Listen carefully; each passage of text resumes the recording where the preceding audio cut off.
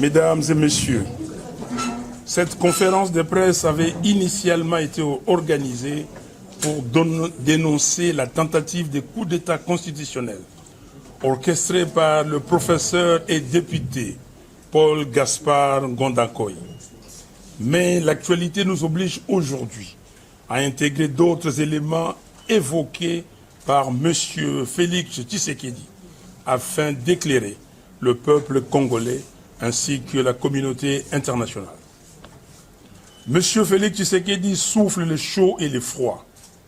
En effet, face à la situation dramatique que traverse actuellement notre pays, caractérisée par l'occupation de plusieurs localités congolaises du Sud Kivu et du Nord Kivu par le Rwanda à travers le M23 AFC, les tueries et massacres dans la partie du Nord Kivu non occupée et de l'Ituri par les ADF avec l'implication de l'Ouganda, les 8 millions de déplacés internes, l'insécurité généralisée, les tensions persistantes le long de nos frontières, la misère et les souffrances indescriptibles des millions de Congolais sans emploi, les délitements des institutions de la République, le vol, la corruption et l'enrichissement sans cause de certains dirigeants.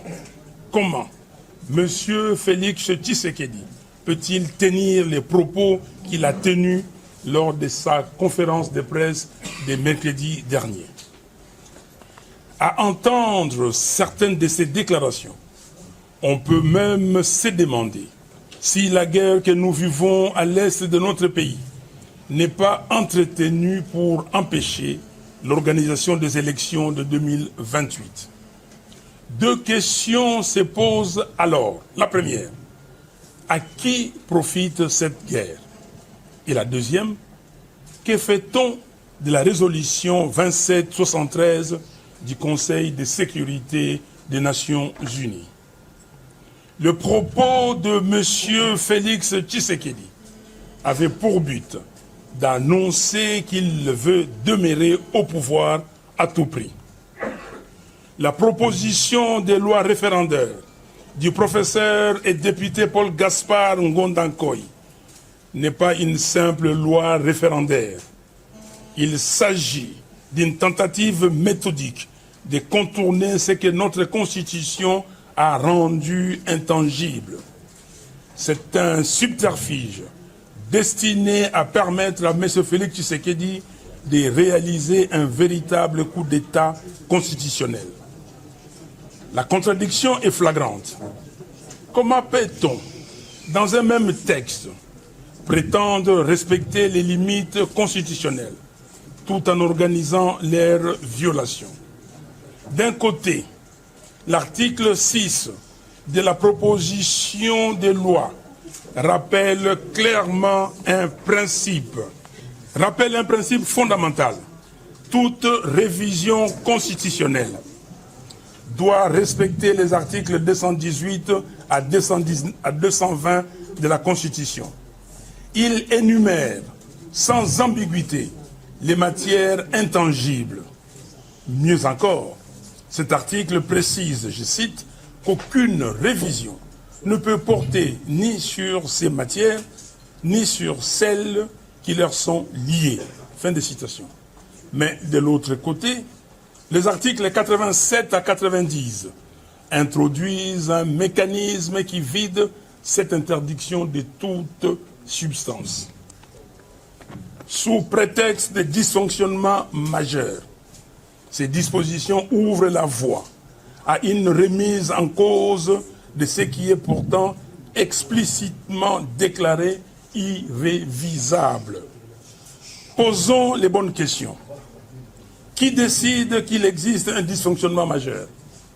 Qui détermine qu'une règle constitutionnelle fondamentale est devenue inadaptée? On nous parle d'experts convoqués par ordonnance et chargés d'évaluer la situation.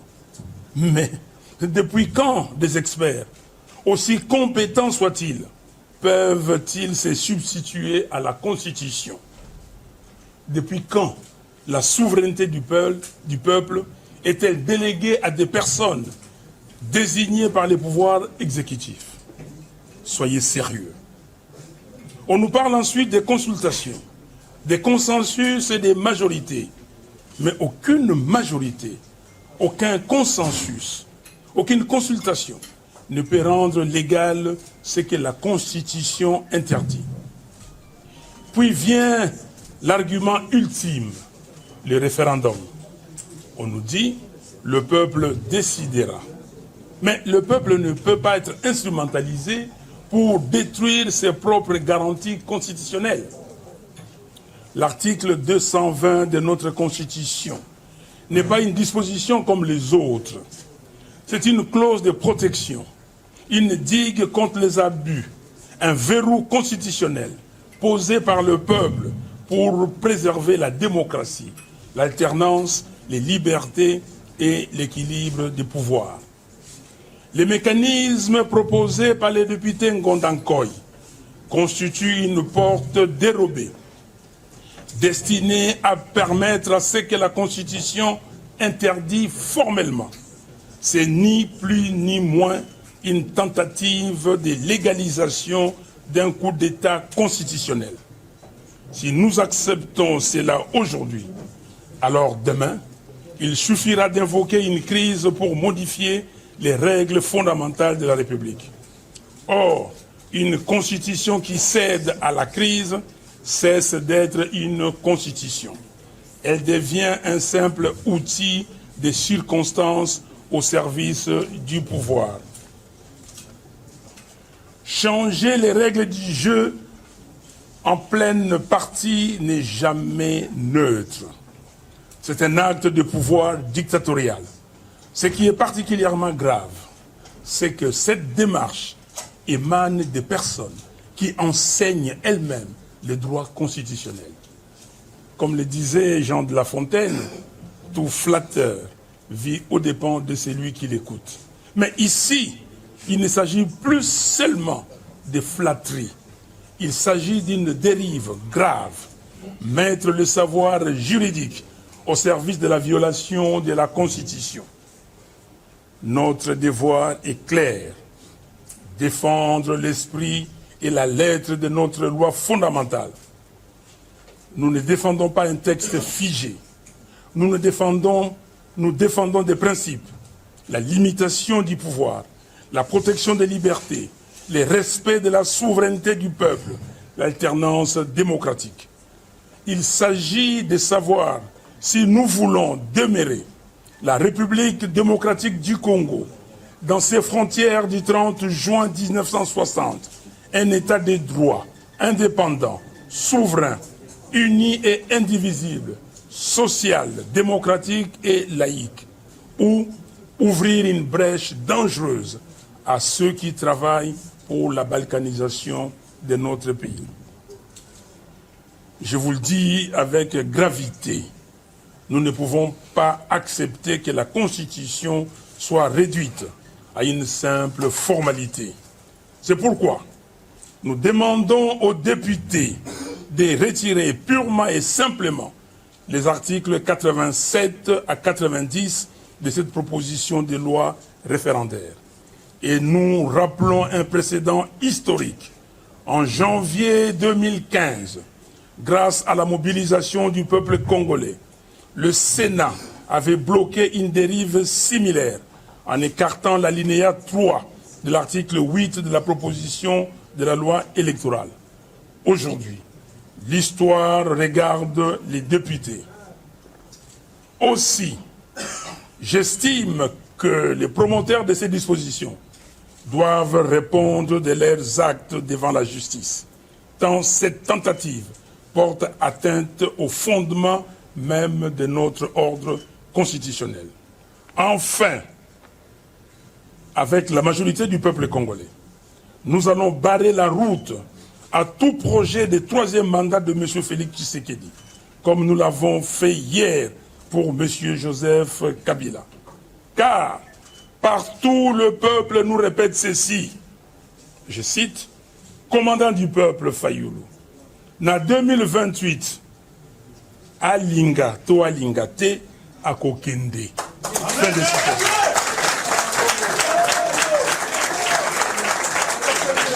Autrement dit, commandant du peuple Fayoulou en 2028, qu'il le veuille ou non, il devra partir. J'en appelle à la sagesse et au sens des responsabilités de M. Félix Tshisekedi. Il serait extrêmement grave que les fils de Tienne Tshisekedi entrent dans l'histoire comme celui qui aura fragilisé la cohésion nationale et consacré la balkanisation de la RDC. Le peuple, les Congo, est plus grand que nos ambitions personnelles. Le Congo doit rester uni. Le Congo doit rester un, indivisible et souverain. Et la seule solution, c'est le dialogue national inclusif. Je vous remercie. Monsieur Fayoulou, Tibor Nagui, qui est ancien sous-secrétaire d'État américain, a tweeté il y a quelques heures, je le cite, « L'un de mes plus grands regrets durant mon mandat comme secrétaire d'État adjoint américain pour l'Afrique a été d'avoir plaidé pour que les États-Unis soutiennent Tshisekedi comme vainqueur de l'élection congolaise de 2018. Je pensais réellement qu'il serait différent et qu'il ferait avancer les intérêts du peuple congolais. Comme je me suis trompé, fin des citations. Quelle est votre réaction par rapport à cette sortie médiatique de Tibor Nagui? Vous avez dit tout à l'heure dans votre introduction, il y a de quoi se poser la question si M. Tshisekedi ne serait pas en train d'entretenir la guerre à l'Est pour rester au pouvoir. Est-ce que vous pouvez nous en dire un peu plus? Quels sont les éléments qui vous le font croire? Et la dernière question, vous l'avez dit à la fin, Alingate, à Kokédo, ce que vous dites que le peuple réclame de vous. Comment comptez-vous le faire? Est-ce que vous pensez aujourd'hui que l'opposition est encore en mesure de mobiliser comme elle l'a fait en 2015? Tout le monde l'a dit. Et ce qu'il dit aujourd'hui, il confirme qu'ils ont eu des pressions. Ils ont eu des pressions pour changer les résultats, comme M. Kabila et Kagame avaient décidé.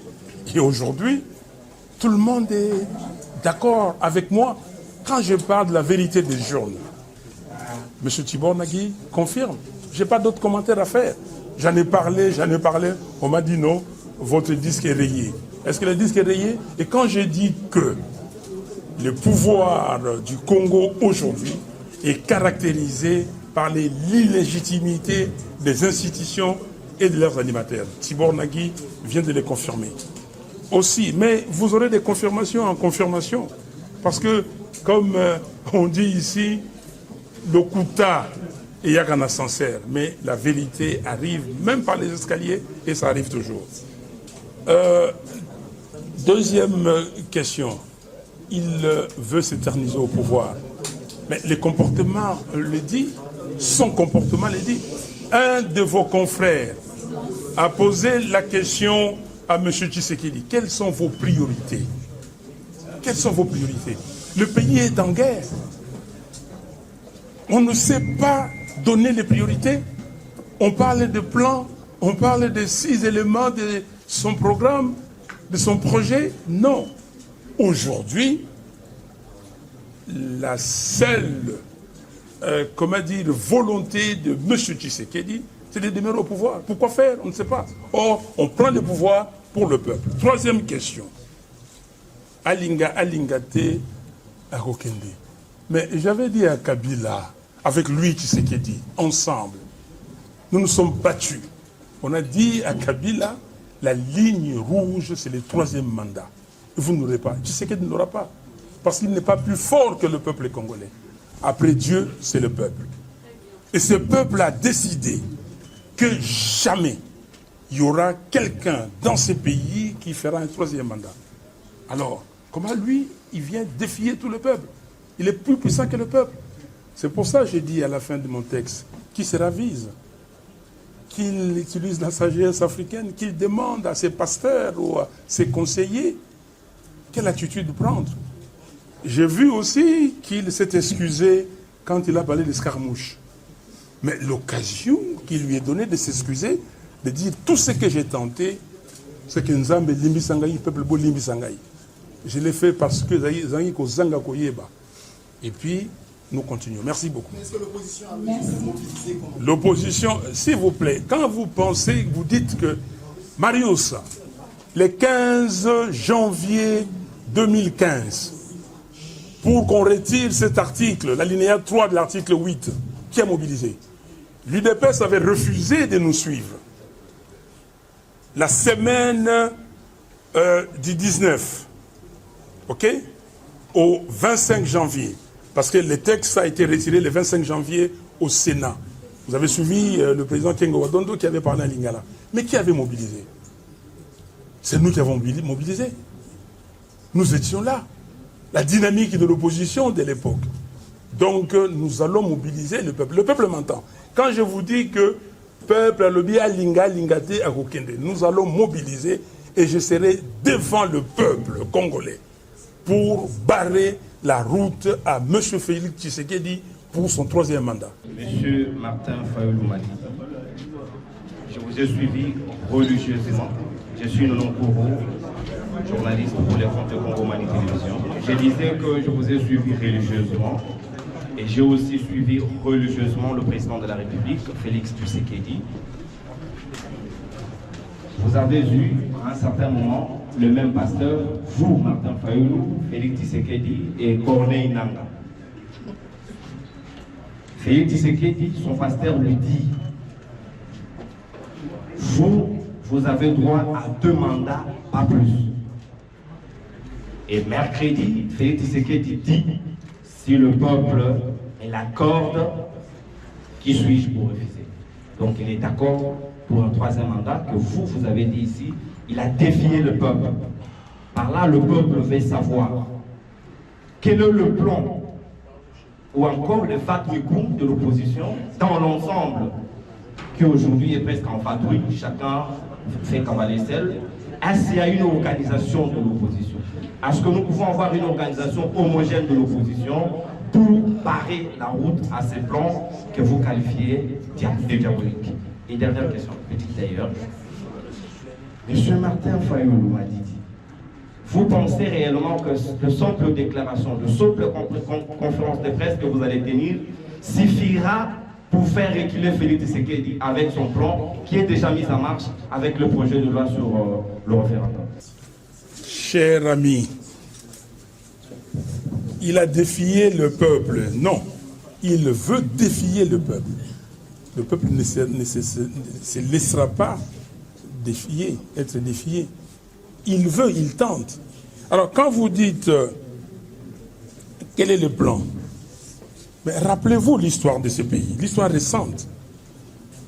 En 2011, qu'est-ce qui s'est passé? 2011, on triche. Donc, on a eu les résultats depuis 2012. Au fin 2011, début 2012, on commence. Et quand on commence, qu'est-ce que nous faisons? Nous faisons quelques manifestations, même pas manifestations, protestations. Et puis, c'est parti. Jusqu'à 2015, que nous avons commencé. Rappelez-vous de la campagne « Touche pas à mon 220 ». Félix Tshisekedi faisait partie. Bon, il n'était pas tellement actif, mais son parti « Touche pas à mon 220 ». Donc, mais quand vous prenez les temps entre 2011 pour arriver à 2015-2016, et quand vous regardez toutes les manifestations que nous avons faites ici, c'est le peuple congolais. Et nous étions là. Et je l'ai dit que nous étions là, et évidemment avec l'UDPS, nous étions là. Et c'est ce peuple, ce même peuple, qui ne se laissera pas être défié. Et le plan, vous me demandez le plan, quel plan vous voulez? Est-ce qu'entre 2012 et 2016, on vous a donné le plan? Et vous avez vu ce qui s'est passé? Est-ce que vous pensez qu'on va toujours être là au firmament pour continuer à réclamer, à parler, à discuter? Non. Il y a des moments où les choses que nous faisons, vous ne le voyez pas. Vous n'avez pas vu que l'SID avait une campagne de sensibilisation qui dit non à la balkanisation de la RDC, non au changement de la Constitution. et oui au dialogue national inclusif? Vous n'avez pas vu que le parti de Sesanga en vol est en train de sillonner aussi la capitale pour sa campagne? Vous n'avez pas vu les autres. Donc attendez, vous allez voir. Alors, vous dites qu'une simple déclaration, une simple conférence de presse. Mais si vous lisez la Bible, on dit qu'au commencement c'était quoi? Merci. La situation sécuritaire dans l'Est, il est impossible pour le chef de l'État d'aller aux élections sans le Nord et le Sud Kivu. Et vous ne voulez pas de troisième mandat. Ça veut dire qu'il faudrait qu'il y ait des élections. Donc pour vous, élections sans le Nord et le Sud Kivu. Mais aussi la question du dialogue que vous évoquez. Ce dialogue aboutira à quoi? Il devra se tenir quand? Qui y prendra part? Et pour quel résultat final? Vous avez la réponse à vos préoccupations, madame. Et vous voyez, c'est tellement aligné, didactique. Vous dites que Tshisekedi dit qu'on ne peut pas faire les élections sans les Nord Kivu et les Sud Kivu. Mais en 2023, il a organisé les élections frauduleuses sans certaines parties de la République. Bon, mais les référendums qu'il compte organiser avec ses professeurs de droit constitutionnel, il va le faire comment? Il va le faire sans les Nord Kivu, sans les Sud Kivu et même l'Ituri. C'est pour cela que nous nous disons qu'il y a des priorités. Et dans ces priorités, seule personne ne peut. Parce que nous sommes devant un pays qui a armé des gens pour combattre les Congos. Vous n'avez pas suivi le secrétaire général des Nations Unies quand il avait dit à l'époque que le M23 est une armée forte, puissante, aguerrie, avec des équipements, même et nous, les Nations Unies, on ne peut pas les combattre. Vous avez suivi ça? Donc nous devons nous réunir et ça, l'objectif du dialogue national inclusif. Tout le monde, inclusif, même ceux qui ont pris des armes, on se met autour d'une table, on discute. Pourquoi nous sommes arrivés là où nous sommes aujourd'hui? Quelles sont les causes profondes de la crise congolaise? Les causes internes, les causes externes. On se met ensemble, on a la même compréhension et tous, on dit quelles sont les solutions pour arriver à la paix, arriver à mieux vivre ensemble et commencer la construction ou la reconstruction et le développement du Congo. C'est ça. Donc nous nous réunissons, nous demandons ce dialogue parce qu'aujourd'hui, il n'y a pas 36 solutions. Il n'y en a même pas 2. Mais Tshisekedi dit non, parce que si on fait les dialogues, on organise les dialogues, est-ce que le Rwanda va partir? Mais est-ce qu'on peut dire des bêtises comme ça? Mais pourquoi? Donc le Rwanda doit partir comment? La question que je pose, s'il va à Doha ou à Montreux, est-ce que le Rwanda part? Mais l'instrument résolution 2773, pourquoi ne l'utilise-t-il pas? Donc vous comprenez que nous sommes là face à une personne qui est venue au pouvoir comme il est venu, vous le savez, et aujourd'hui, il veut demeurer au pouvoir sans se soucier des problèmes des Congolais. Les massacres qui se sont passés à l'Est, là-bas, Djougou et ailleurs, M. Tshisekedi, dans sa conférence de presse, n'en a pas parlé. Vous étiez là. Est-ce qu'il a parlé de ça? Donc on est là pour s'amuser, amuser la galerie pour soi-même. Non, trop, c'est trop, il faut arrêter ça.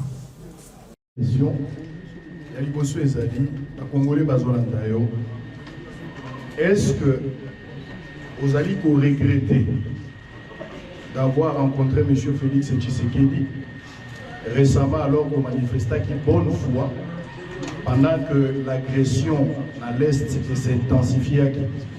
Vous avez accepté d'aller rencontrer Tshisekedi, d'échanger avec lui, parce qu'il n'était pas question de défendre un régime, mais plutôt sauver la République, parce qu'il n'y a qu'une question à la République. Après avoir échangé avec Tshisekedi, quelques temps après Lelo, Vous aurez regretté rencontre Rwanda et Pessifuité. C'est la première des choses. Deuxième question, par rapport à dialogue.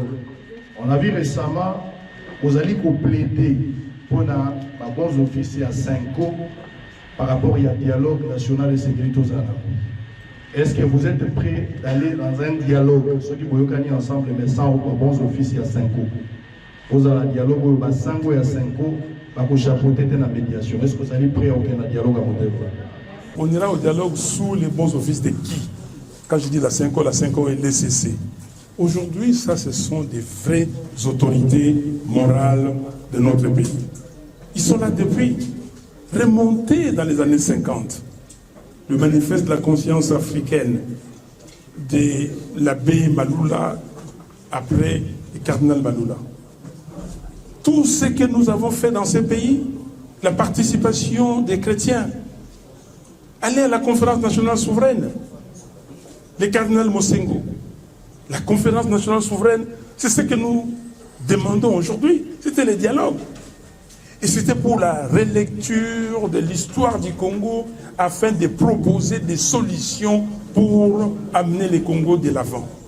Et Monseigneur nous avait posé, il nous avait dit, on va vous poser des questions plus tard. Qu'avez-vous fait?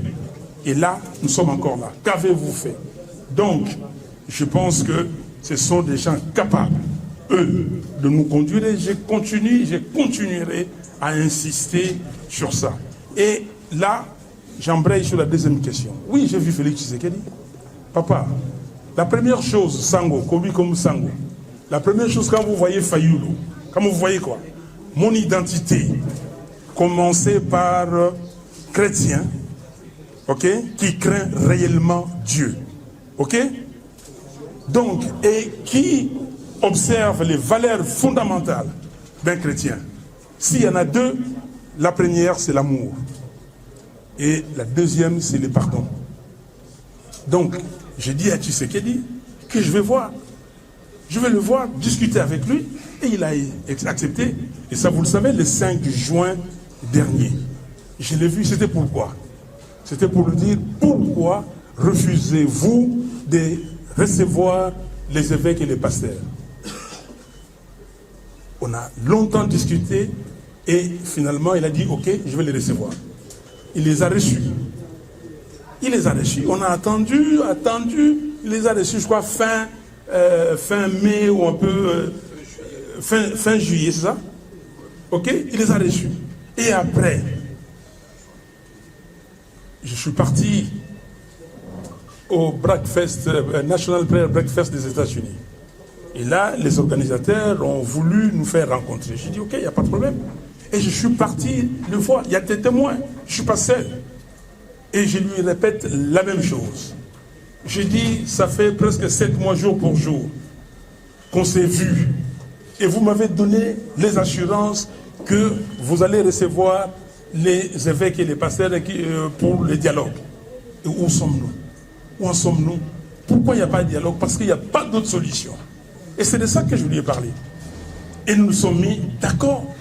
Je lui ai dit même que j'allais en Angola voir le président Lourenço. Il m'a dit oui, moi j'y serai le lundi. C'était le jeudi. Donc, mon frère, j'ai fait ce que j'ai dit et j'ai dit ce que j'ai fait. Je fais ce qui se voit au grand jour. Est-ce que vous regrettez? Je ne regrette pas. Mais je vous ai dit, la réponse, je vous ai dit, je suis chrétien. Le pardon, c'est quoi? Moi, j'ai pardonné. Mais je ne regrette pas parce que j'ai fait une démarche. Parce que je ne cherche pas à être jugé par mes contemporains seulement. Mais ceux qui vont venir, si j'avais l'orgueil, je dis non, mais je ne le vois pas parce que usurpateur et ainsi de suite. Tout ce que j'ai dit, j'ai ça dans la tête. Vous le savez. Je calcule mes mots, je sors les mots qui ne partent pas comme ça parce que ça sort, je vais amuser la galerie. Non. Tout ce que j'ai dit, ça se tient. Mais c'est la même chose que j'ai fait de dire que quelle est la solution? Parce que, et je l'ai dit dans les textes, nos ambitions personnelles, est-ce que ça dépasse les Congos? Est-ce que ça dépasse les générations futures? Les gens qui vont venir, les gens qui vont porter demain les noms de Fayoulou, qui sauront que notre grand-père, avait la possibilité de discuter et d'arranger la situation par les dialogues, qu'il n'a pas pu le faire parce qu'il n'a pas voulu voir Félix Tshisekedi.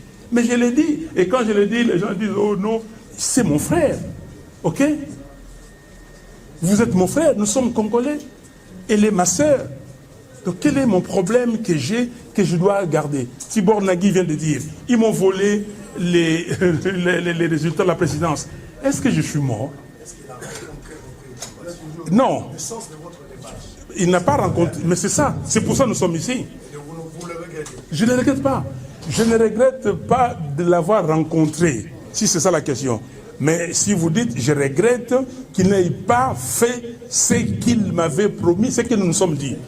Nous sommes d'accord. Si c'est dans ce sens, je regrette qu'il n'ait pas allé jusqu'au bout. Je vous ai vu à Genève, je vous ai vu à Bruxelles après les élections en 2019. Vous parlez d'un disque rayé.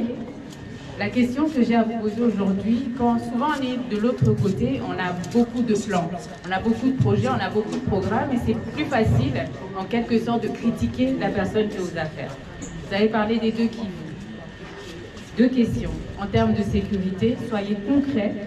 Qu'est-ce que vous feriez différemment de la personne qui est à la tête du Congo aujourd'hui en termes de sécurité? En termes de social, ça a été évoqué lors de la conférence de presse du chef de l'État. On a parlé du salaire des fonctionnaires, on a parlé de l'insalubrité à Kinshasa, et on a parlé du fait qu'il y avait pas mal de problèmes structurels, par exemple avec la SNEL ou l'eau, on a parlé d'eau de forage. Qu'est-ce que vous feriez différemment? Quel est votre message pour ces gens qui sont dans des zones occupées et pour les gens qui sont ici à Kinshasa et qui ont besoin d'avoir quelque chose de beaucoup plus concret? Soyez concrets. Pas des grands mots, parlez avec votre cœur et parlez au peuple. Merci madame, mais je vais être concret. Qu'est-ce que vous ferez? Vous avez parlé de Kivu, très simplement. Et c'est pour cela que vous me demandez d'être concret et j'ai pris ces documents. Quand j'ai fait la campagne, j'avais un programme avec les 100 jours. Je vais simplement vous lire ce que j'avais mis dans les 100 jours, comme ça, ce serait complet. J'ai dit, je vais être le président qui protège les Congolais, qui fait régner la paix et la sécurité au Congo et qui s'investit pour la prospérité des Congolais. Les 3 mesures décisives. Les premières mesures, ça c'est les 10 premières mesures que je prends. La première, les camps Kokolo déménagent de Kinshasa à Beni. 2, je veux créer au sein des forces armées congolaises une force spéciale d'intervention militaire d'élite qui va s'installer au nouveau camp Kokolo de Beni. 3, je vais en extrême urgence mettre sur pied et déployer tout le long des frontières de l'Est du pays des unités de surveillance des frontières et d'alerte. Cela veut dire que je donne d'abord une place de choix, et c'est ça, place prioritaire à l'armée congolaise, pour défendre les frontières de notre pays, pour défendre l'intégrité territoriale et la souveraineté du pays. C'est simple. Alors, et je vais continuer parce que dans cet ordre d'idées, on a parlé de Tibor Nagui ici, c'est des gens que je voyais à l'époque. Et puis, deuxième urgence, c'est l'urgence diplomatique. Je vais réclamer toute affaire cessante une réunion spéciale du Conseil de sécurité des Nations Unies pour poser 2 questions au monde. Tous les jours, au nez à la barbe des casques bleus, les rebelles venus de l'étranger sèment la terreur au Congo, tuent et décapitent les Congolais, jusqu'aujourd'hui, sans crainte de représailles. Tous les jours, ils violent les jeunes filles, leurs mamans et même leurs grand-mères. À quand une réaction de choc des forces des Nations Unies pour éradiquer de manière définitive toutes ces rébellions qui gangrènent l'Est de notre pays? Et vous voyez que les Nations Unies, là, ont réagi en adoptant la résolution 2773. Et si on avait aujourd'hui qu'une seule priorité. Nous, ici, dans cette matière-là, on devait tout faire pour que cette résolution soit exécutée, soit appliquée. Merci. Maintenant, on court avec les 8 protocoles de Doha. Les 8 protocoles de Doha, lisez ces protocoles, vous allez vous voir, ils se sont mis d'accord pour ne pas se mettre d'accord. Donc, madame, sur le plan social, et je peux vous le dire, voilà, nous, notre programme est très simple. Nous avons 18 défis à relever dans ces pays, répartis en 4 catégories. La première, c'est que nous appelons les prérequis, c'est-à-dire l'état des droits. Okay? 2, la souveraineté du pays, l'intégrité territoriale. 3, la cohésion nationale. Et 4, la gouvernance intègre. Et après, nous descendons dans les priorités. Et je ne vais pas m'étaler sur ça. Je pourrais vous donner la documentation. Mais la première chose, prérequis, il faut avoir un état de droit, un territoire intègre, et puis que nous soyons tous Congolais ensemble, et puis avec la cohésion nationale, et l'argent de l'État, après, j'en ai parlé ici, qu'on ne vole pas l'argent de l'État. J'étais parti à Goma. J'ai demandé aux gens, si je deviens président demain, que voudriez-vous que je fasse pour vous? Il y a une dame qui a pris la parole, il dit, Monsieur Fayoulou, il faut arrêter. Ce que nous voulons, c'est la paix, la sécurité. Nous savons cultiver les champs, nous savons élever les bêtes. Donnez-nous ça. Merci beaucoup. Pourquoi attribuez-vous la qualité de constitutionnaliste au professeur Ngonangoy, pendant que tous ses collègues de la faculté des droits disent qu'il est plutôt spécialiste de droits de l'homme? Mais de toutes les façons, il s'est aventuré dans des matières qui concernent la Constitution. Il propose une loi référendaire. Et il est évident qu'il peut travailler avec d'autres professeurs ou d'autres experts, et même pas simplement les experts, les politiques. Moi, je ne suis pas juriste, je n'ai pas fait les études de droit. Okay?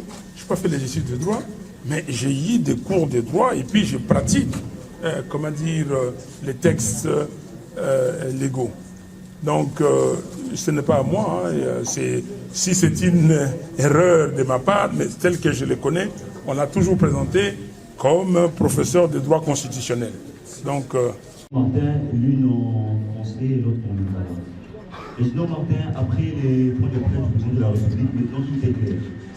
Et sans état d'âme, est-ce que vous êtes prêts à rencontrer vos pairs de l'opposition pour coordonner ensemble les actions de l'opposition? Si oui, qui comptez-vous rencontrer en premier lieu? Est-ce vous serez aussi prêt à rencontrer Joseph Kabila?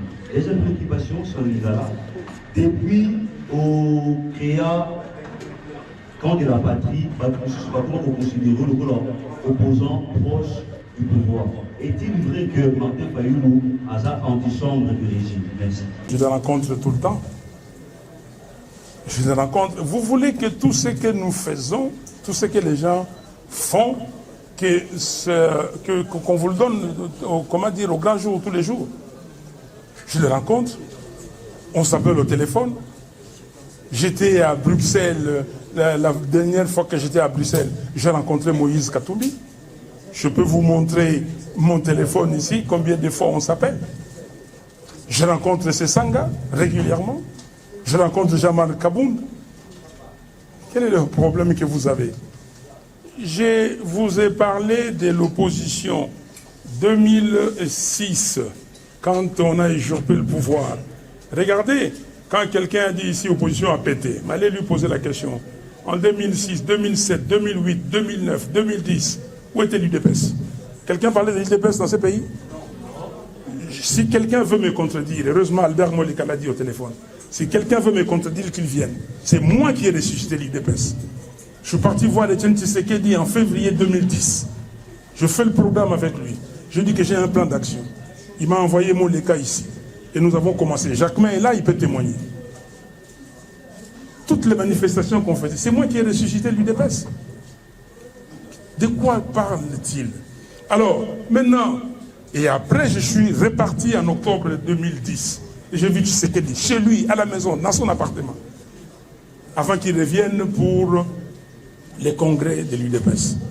Rappelez-vous de la DTP dynamique Tshisekedi président. Donc, les pères de l'opposition, je le vois, on discute, nous avons un programme, on le fait. Et vous savez, la vie s'est faite des hauts et des bas. Avant les élections, on était ensemble. Et puis, j'ai dit, bon, à un moment donné, on ne s'est pas accordé. C'est la vie. Mais cela ne veut pas dire qu'on ne s'accordera pas tout le temps. Et cela ne veut pas non plus dire qu'on s'accordera tout le temps.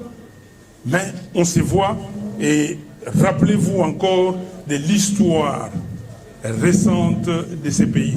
Je termine ces points en disant ceci. Quand nous avons créé l'Union sacrée en 1990, l'UDPS n'était pas dans l'Union sacrée. C'est de nouveau moi. Demandez, les annales sont là. Les gens sont là, ils vivent encore. C'est moi qui suis, Lutundula est là, l'Osek est là. C'est moi qui suis parti avec une équipe voir Etienne Tshisekedi pour que l'UDPS puisse entrer, faire partie de l'Union sacrée. Donc, nous continuons. Et si j'étais lettré d'union avant, et nous allons continuer à être lettrés d'union. Deuxième préoccupation. Vous dites que, est-ce que vous êtes prêt à rencontrer Kabila? Je crois, j'ai entendu ça. Hein? Écoutez, j'avais dit à l'époque, mes amis sont là, il y a des gens, honorable Kaseko est là. Je l'ai dit à la télévision, comment vous posez la question? Je l'ai dit sur France 24, sur RFI, je l'ai dit ici.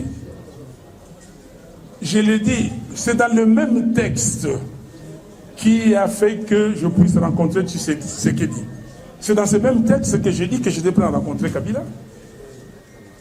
J'étais prêt à rencontrer, mais je lui ai dit d'arrêter avec sa complicité avec les M23. D'arrêter que les Congolais soient massacrés. S'il arrête, je suis prêt à les rencontrer. Je n'ai pas peur pour ça. Pour lui dire ce que je dois lui dire. Alors, troisième préoccupation, depuis que vous avez parlé des camps de la patrie, vous dites créer. Je n'ai pas créé les camps de la patrie. Je vous ai dit que les camps de la patrie, c'était la traduction de l'article 63 de la Constitution, qui dit ceci, et je le cite, tout Congolais a le droit et le devoir sacré de défendre le pays et sa souveraineté et son intégrité en cas de menace extérieure. C'est ça. Mais les camps de la patrie, et je l'ai bien expliqué, n'était pas une organisation, n'était pas un super parti, parce que l'article 7 de la Constitution interdit un parti unique, l'instauration d'un parti unique. Donc les camps de la patrie, c'était une idée, c'était un état d'esprit que nous tous, qui ici n'est pas du camp de la patrie, qui? Cette patrie congolaise. C'est nous tous. L'article 63 s'adresse à nous tous. Donc je n'ai pas dit que j'ai créé quelque chose avec Tshisekedi. Alors les gens ont interprété comme ils ont voulu interpréter, mais vous savez, quand on veut noyer son chien, vous savez ce qui se passe. Donc, mais nous sommes là et ils constatent que cette personne qui est là, qui continue à lutter pour la République, mais qui veut rassembler.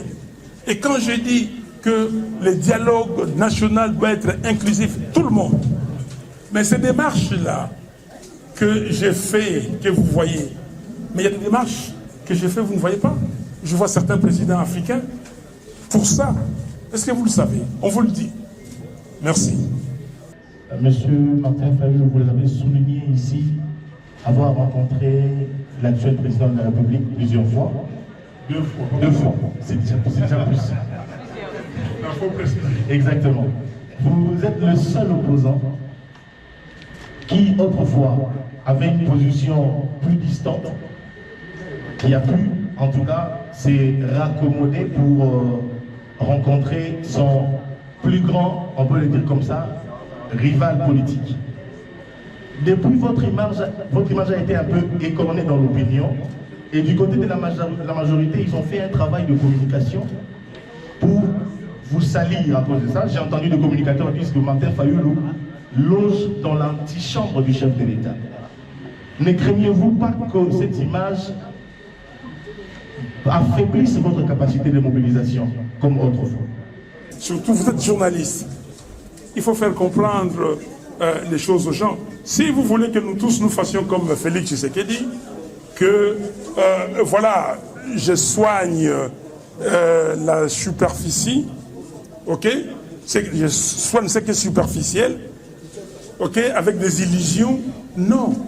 Moi, je fais des choses en profondeur, parce que je ne pense pas seulement aujourd'hui à l'immédiateté, je pense à l'avenir de ce pays. Je dis ici dans les textes que nos ambitions ne sont pas plus grandes que la République démocratique du Congo. Moi, Fayoulou, je ne suis rien. Que les gens pensent ce qu'ils peuvent penser. Mon cher ami, vous pouvez googler. Ok? J'ai travaillé à l'international. Ok? J'étais directeur général d'une société pétrolière. Si quelqu'un dans sa vie vous dit que Fayoulou a pris 1 franc indûment, il n'existait pas. Mais ces gens-là qui disent qu'il est dans l'antichambre, mais qui donnent des preuves. Vous m'avez déjà vu, ils m'ont déjà vu en secret dans cette antichambre. Et j'ai fait des choses que j'ai dit, c'est ouvertement. J'ai dit que je vais vous voir, pas pour demander des faveurs. Alors comment vous... Et vous continuez, et c'est vous qui alimentez ça. Et moi, comme disent les Congolais de Brazza, et ça l'angata suité. Donc ça ne fait ni chaud ni froid, parce que je sais que c'est totalement faux, et la vérité finit par triompher. Tibor Nagui vient de dire ici, ça vient. Alors, quand ils disent que ça, les autres utilisent ça, ben, s'ils l'utilisent, c'est eux. Je vous dis que je ne suis pas un rancunier. Je veux la victoire, je pèse mes mots, de mon pays. Ce n'est pas ma victoire. Je veux que le Congo sorte de la situation où elle est. Mais pourquoi, quand je dis que je vais rencontrer Joseph Kabila et vous n'avez pas crié? Joseph Kabila a fait beaucoup de mal. Il m'a fait beaucoup de mal, il a fait beaucoup de mal au pays. Mais pourquoi je dis que je l'ai rencontré? Quand les 7 ou le 8 juillet 2020, à Washington, un de vos confrères m'avait posé la question, monsieur, vous étiez là, monsieur Fayoulou, avez-vous pardonné à Félix Tshisekedi? J'avais dit oui. Quel tollé, je n'ai pas reçu d'ici, de Kinshasa. Mais Fayoulou, qu'est-ce qu'il fait? Mais alors, tous ces gens-là, vous allez les voir après-demain, ils sont dans les églises, alléluia, alléluia. Mais vous ne voulez pas pardonner. Moi, je ne suis pas comme ça. Ok? Je suis Guilain Boba, journaliste séminariste .cd Vision. J'ai une question avec une sous-question. La question est la suivante. Le professeur Kontankoï qui dit on ne peut pas bloquer les générations à venir en gardant un texte rigide. Il faut l'assouplir. Qu'en dites-vous? Ça, c'est la première question. Et deuxièmement, je voudrais dire, le président de la République démocratique du Congo, Félix Tshisekedi, lors de son dernier point de presse, il a dit clairement que l'une des retombées de ces multiples voyages à travers le monde, c'est entre autres les sanctions que les États-Unis ont infligées sur Joseph Kabila. Il avait déjà dit que Joseph Kabila était de mèche avec le M23 et que c'était lui le véritable patron. Et là, les États-Unis viennent de sanctionner Joseph Kabila. Quel est votre point de vue au sujet de ces sanctions? Merci. Les sanctions des États-Unis. Est-ce que vous, les journalistes, M. Bassengezi a été sanctionné par les États-Unis, non? Est-ce qu'on a levé ces sanctions? Il est où, M. Bassengezi? Les États-Unis devraient poursuivre les institutions congolaises. M. Bassengezi est sanctionné. Aujourd'hui, il va au Sénat pour remplacer Modeste Bahati. Donc, les sanctions américaines n'ont rien à voir avec M. Tshisekedi. La politique américaine, elle est la politique américaine. Ce n'est pas à commenter. Tibor Nagui vient de vous dire ce qu'il a fait. Donc, laissez les Américains avec leur politique, occupons-nous de notre politique. Ok? Ils savent pourquoi ils l'ont sanctionné. C'est par rapport à leurs intérêts. Mais ils n'ont pas sanctionné monsieur, Kabila, et parce que quelqu'un lui a dit, ou leur a dit, sanctionnez-les. Non, ça ne marche pas comme ça. Deuxièmement, vous me dites, le professeur Gonda Koyi dit qu'on ne peut pas bloquer les générations futures. Mais et dans les pays qui ont ce qu'ils appellent ces clauses d'éternité, il y a des pays, la France, l'Allemagne, l'Italie, qui ont aussi dans leur constitution des articles qui disent qu'on ne peut pas changer ça. Donc si demain, les générations futures viennent, ils disent que nous devons changer la République à la monarchie, on va laisser faire. Mais pourquoi aux États-Unis les débats qui ont la Constitution qui a plus de 200 ans, on a des débats, on n'arrive pas à changer parce que les États-Unis ont mis des clauses de blocage dans la façon de changer. Ok? Il faut 2 tiers, au Sénat, il faut, je crois, les 3/4 au niveau des États, ou j'ai oublié le pourcentage, mais quelque chose comme ça. Donc chacun décide, et nous ici au Congo, et pas seulement au Congo, même en Afrique, c'est compte tenu de l'expérience que nous avons eue, des coups d'État, des gens qui s'éternisent au pouvoir, on le voit, des gens qui s'éternisent au pouvoir, dans plusieurs constitutions africaines, on a dit, bon, on met ces articles-là d'intangibilité. On ne peut pas toucher à ça. Et à ça, on a fait comme les autres pays. Par exemple, la forme républicaine de l'État du pays ne peut pas être touchée. On le dit. Et on dit autre chose. Et puis on ajoute le nombre et la durée du mandat du président de la République ne peut pas être révisé. C'est tout à fait normal.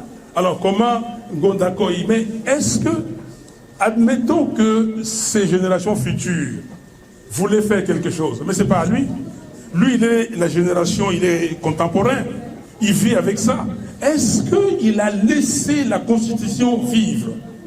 Quand vous lisez la Constitution dans son exposé des motifs, depuis le 30 juin 1960, la République démocratique du Congo connaît des crises récurrentes dont l'une des causes essentielles est le manque de légitimité des institutions et de leurs animateurs.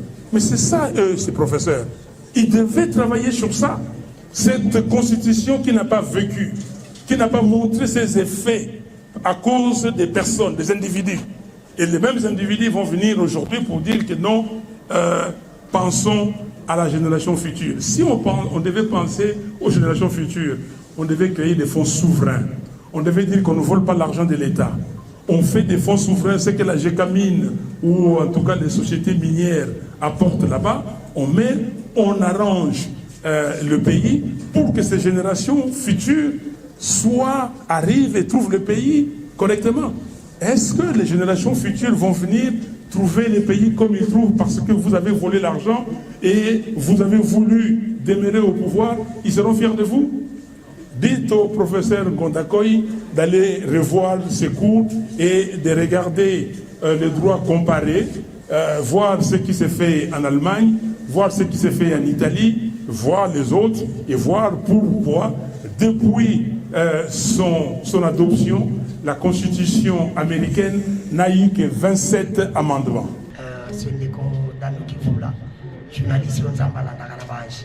Je vais vous poser ma question, sera posée à Lingala et je me demanderai aussi que votre réponse, vous puissiez me les donner à Lingala. Mais c'est le président Ozalaki na papa qui s'est quitté. Parce que elle a dit au lobby que Ozalaki proche la papa qui s'est quitté. Alors, elle a dit que tata mokonzekolo a eu ça qui dit que il dépêche papa n'a que le bakoma na pouvoir et le bonhomme va sala à chanter la constitution. Alors, le qu'on a eu Ozalaki proche la papa qui s'est quitté. Est-ce qu'il y a un problème de la constitution la biso ou institution yebi ou biso to yebi to ko le la biso ngolelo pour oyo constitution vous a posé problème dire le tout ça pour là c'est la première question. Deuxième question alingi pe réaction na yo au point de vue na yo tata mokonzi ko na sali point de presse na ba journaliste moni muninga na ngamo journaliste a poser question te et moko pe asali a disons na côté alors yo lokolo za mokambi lobi olingo dirige mboka oyo kike baza ko bengana ba congolais baza ko nyoka ba congolais na mboka ba pa na Afrique du Sud réaction na likamwana okulu bani ye moko tata mokonzi ko la avocat tango te journaliste pe moko atuna ki était alors yo réaction na zalini ndeko nango solo na lingala ndenge na lobaka nazali mwana kisasa na kole na lipopo na betaka nzango bana mamelo même nazaki naza mobali mais na betaka kede pe lokola ndeko na ngai webi kede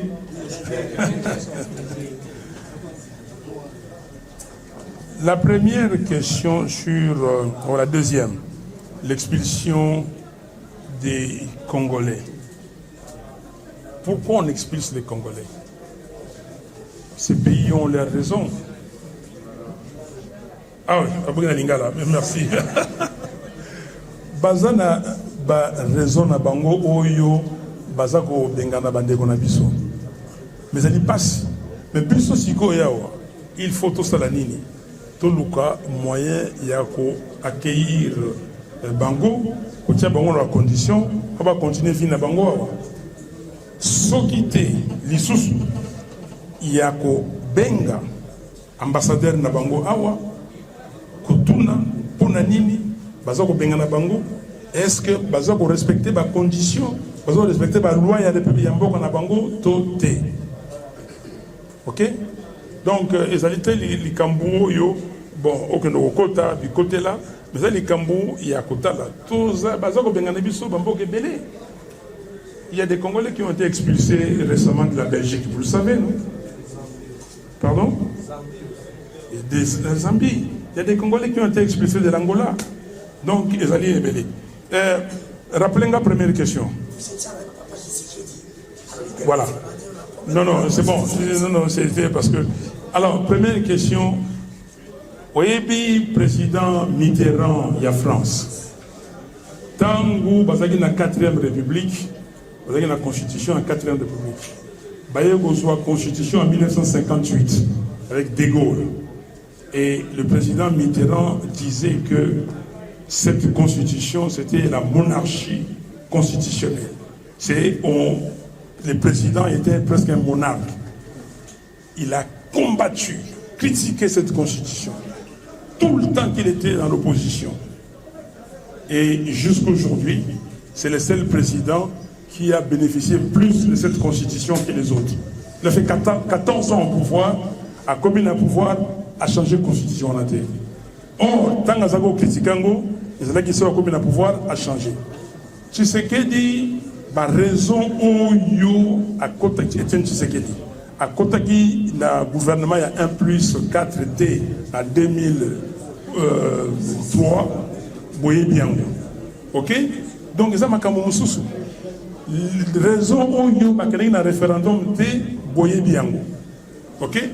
Mais ils n'ont jamais évoqué. Alors, s'ils ont évoqué un article de la Constitution, mais pourquoi après nous avons battu campagne avec eux? Touche pas mon D120. C'est cet article-là qu'ils veulent toucher aujourd'hui. On a battu campagne. Pourquoi?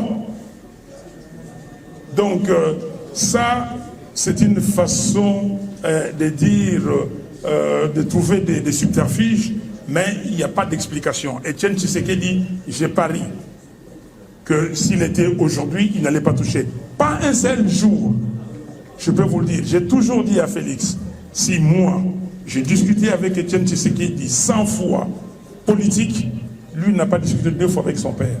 Ok? Alors la question, et la réponse est directe, c'est que Etienne Tshisekedi ne m'a jamais parlé de changer la Constitution ou de réviser la Constitution s'il vient au pouvoir. Réviser, c'est normal, il y a des articles, il faut réviser, mais il faut respecter les conditions que pose la Constitution. Merci. Président Martin Fayulu, tolandi biso nyonso tweet lobby ya ndeko na biso azali bongo américain Sibor Naki azali secrétaire d'État américain alobi boye na tweet na ye azali ko regretter pour soutenir moi la Mboka Félix Tshisekedi en 2018. Aussi longtemps, président Tshisekedi Azali pour soutenir par américain et Azali pour accord américain. Point de vue par rapport à tweet ya Nekouana. Et puis question na ya Mibale, Martin Fayulu to ebi yo ko zali na opposition au menaka ba action à chaque fois que vous allez pour marcher na Mboka. Pourquoi tous ces silences, la Mouka est décidé et ça ils sont commener ba action. Merci. Maman, maintenant mon a eu la manifestation il y a décidé non? Est-ce que jeudi passé aux Alakité na Monisco mais on est anini là dit ça non? Tout ça lioto. Eh maman, na ibino bana baso linga lioto. Lioto te. Mais manifestation ezali et yakaboy. Ça n'est pas besoin kende. Mais l'essentiel nous allons là-bas. Bon mon équipe a na SIDT na Tchang na campagne na bango. Bon équipe bango te na Moamba. Mon bango te na Victoire na Funa. OK? C'est eux qui sont partis là-bas na MONUSCO. On est animés. Mais bon, moi, qui est au côté d'un meeting, na Massina. J'ai vu des images, je vous ai vu en train de reporter. Dans le stade municipal de Massina. C'est quoi ça? C'est pas décidé? Alors, bozo monate, Prince Penge, alors ça, la banini, la manifestation, c'est quoi ça? C'est pas la Mouka? Nous sommes là, au Bangate. Bah, bakanisi que Tokweyi ou bien non, Bafanda Kimia, peuple à Zali, qu'on vigile, comme on dit, la Lingala. Ok? Peuple à Zali, qu'on vigile. Alors, tweet à Tibor Nagui, j'ai répondu, c'était la première question. C'est les tweets, c'est normal. Donc, il est en train de dire que, confirmer que Félix Tshisekedi n'a pas gagné. Ok, la Lingala. Ah oui, écoutez, c'est bien la déformation. C'est dans les milieux où il y a des amis avec qui je ne peux pas parler lingala, il y a des amis avec qui je ne peux pas parler français, je ne parle qu'à lingala. Donc, c'est les milieux qui m'influencent. Donc, la lingala, de Tibor Nagui a opposé, il y a un point de répondre dans la lingala. Là, j'ai compris. Na ndenge na pesaki ya nona ndeko Marius, awa Tibor Nagui a lobby Sikoyo a confirmé yango que Tshisekedi n'a jamais gagné l'élection en 2018.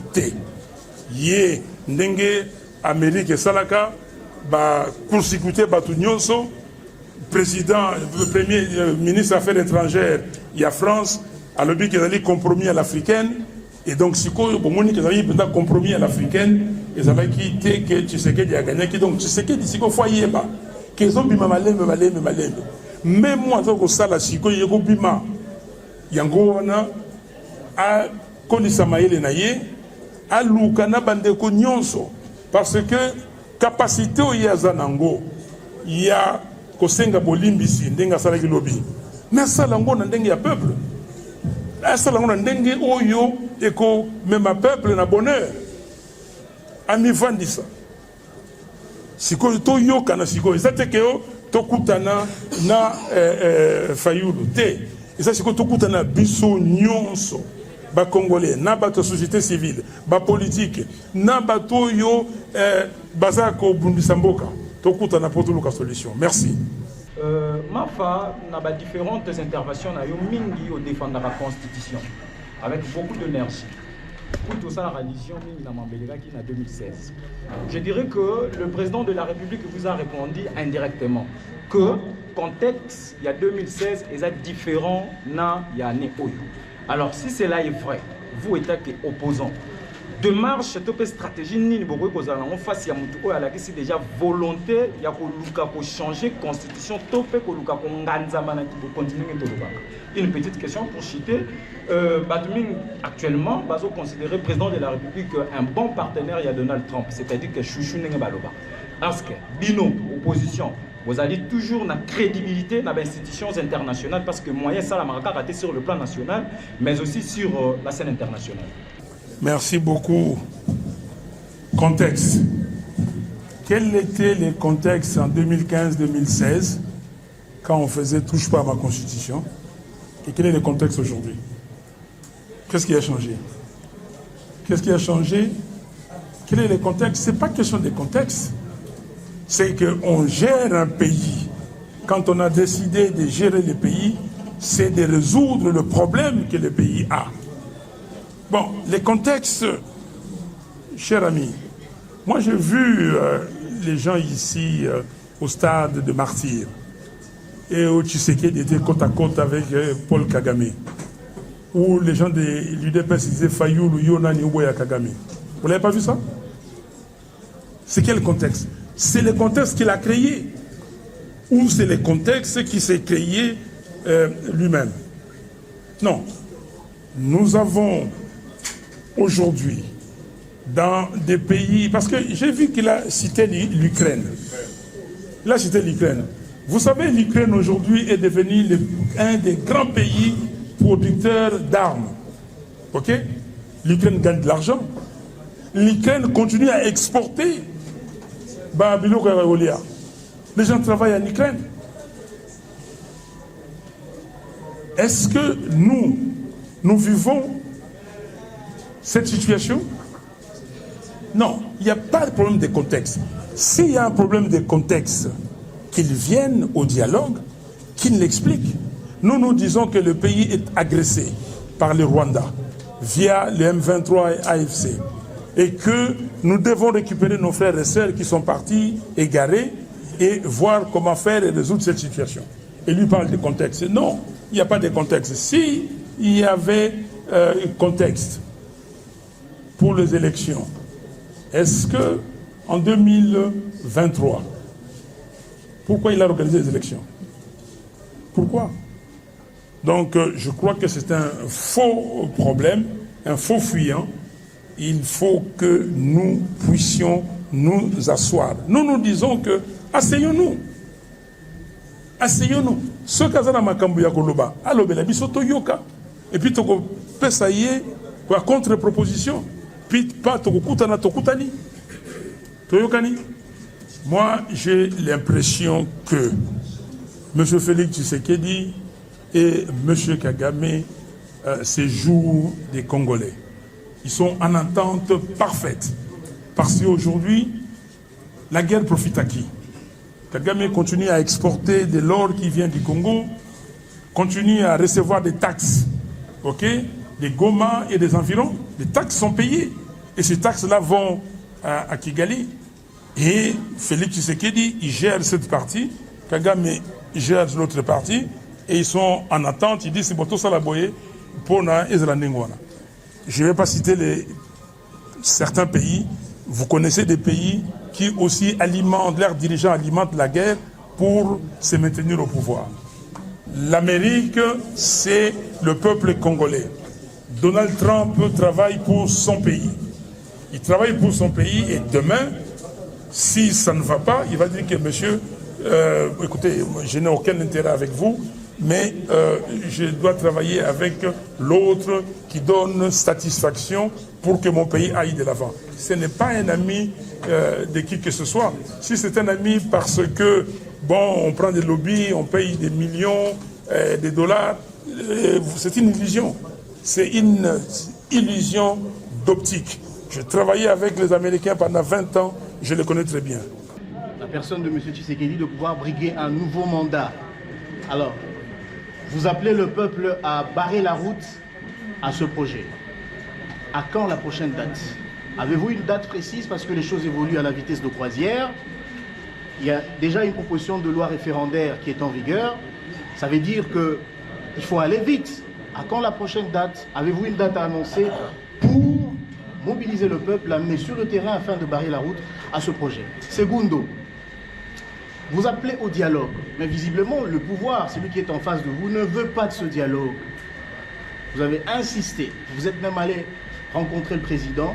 Visiblement, on constate qu'il ne veut pas de ce dialogue. Avez-vous une autre alternative en dehors de ça? Parce qu'apparemment, cette proposition est rejetée en bloc par celui qui est en face de vous, c'est-à-dire le pouvoir en place. Mais, cher ami, rappelez-vous 2015-2016, ce que nous avons fait ici pour demander à Kabila le dialogue. Ok? Selon la résolution de l'époque. Ok? et Kabila n'a pas voulu. Les pressions que nous avons faites avec Tshisekedi, j'étais avec Tshisekedi, nous sommes partis à Gorée.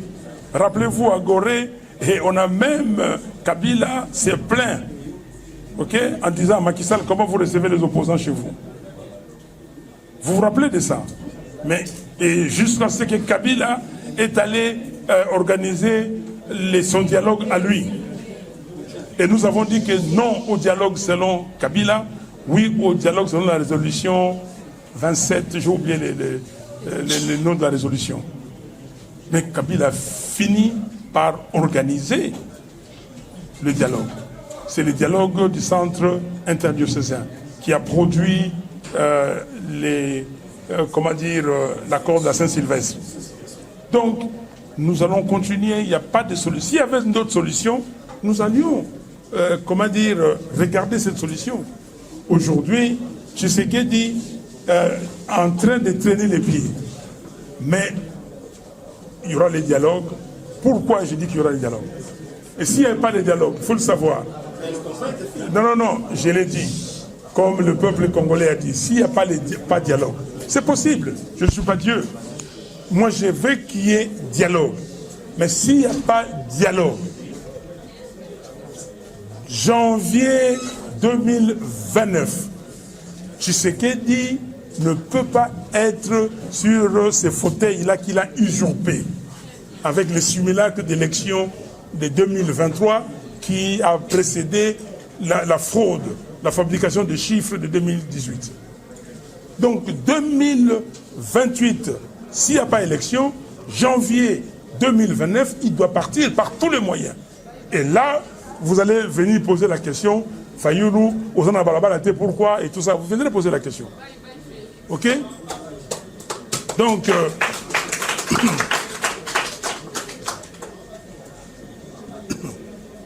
alors, vous dites à quand...